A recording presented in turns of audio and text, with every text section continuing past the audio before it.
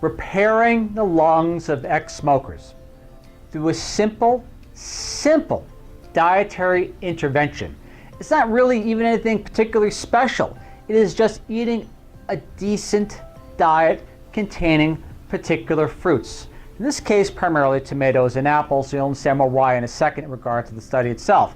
We'll go into the full study at the end to show you, weed out, I should say, some more interesting details in regard to what researchers alluded to in regard to lycopene and vitamin C. But in the meantime, let's get right to the study itself and show you how incredibly easy, or I should say, add validity to the term, or I should say, quote, let food be thy medicine. In this case, it rings really true. With that in mind, let us proceed as follows. Diet rich in apples and tomatoes may help repair lungs of ex-smokers, studies suggest. Study also found that regular intake of tomatoes may also help slow the natural decline in lung function among all adults. The study originally ran 10 years, started in 2002, had 650 adults, and they were for the Netherlands, Germany, and the United Kingdom. And, sorry, apologize about that, Norway, not the Netherlands.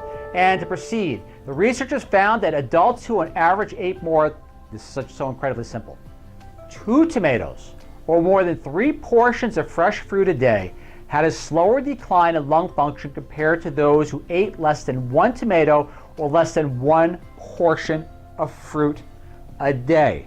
It's got to be amazing to even have that comparison to work with, but a lot of individuals in the study didn't even meet that level of qualification. To proceed as follows. Among former smokers, the diet-lung function connection was even more striking.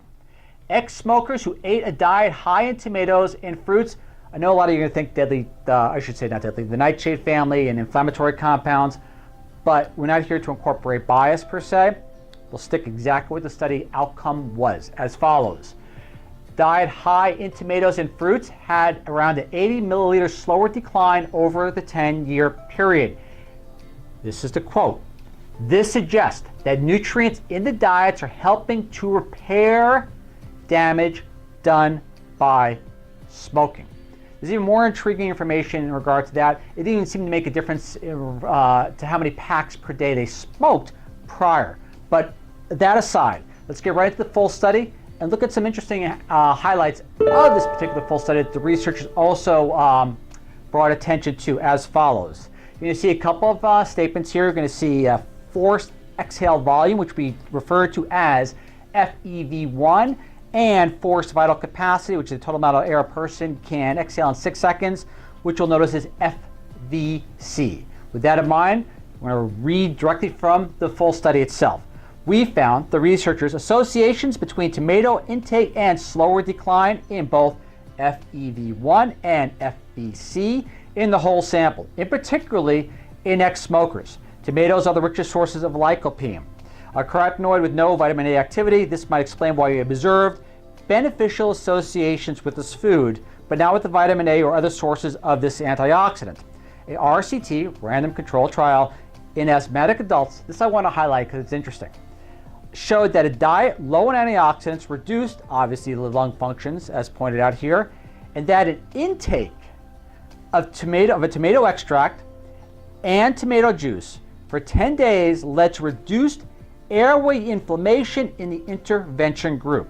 The potential benefits of lycopene in lung health might extend to the reduction of risk of mortality in individuals with COPD as well. A longitudinal analysis based on National Health and Human Examination Survey showed that serum levels of lycopene and vitamin C, henceforth part of the reason why they included apples, were the only antioxidants.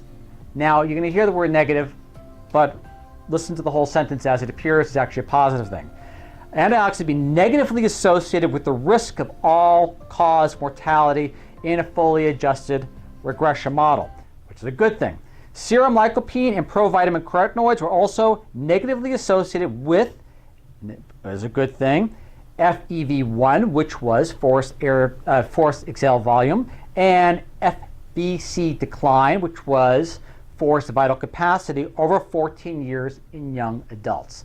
So researchers wanted to point it out because it showed positive outcomes in prior studies that seem to validate the observations which they've seen here in regard to apples and tomatoes having a beneficial effect and potentially help repair the lungs of ex-smokers, as well as slow the decline of lung function due to age itself. Again, I hope you find this information of use. Extremely simple dietary intervention, beautiful in regards to just something that people can do anytime, anywhere, any day. Again, Ralph Church Channel signing off.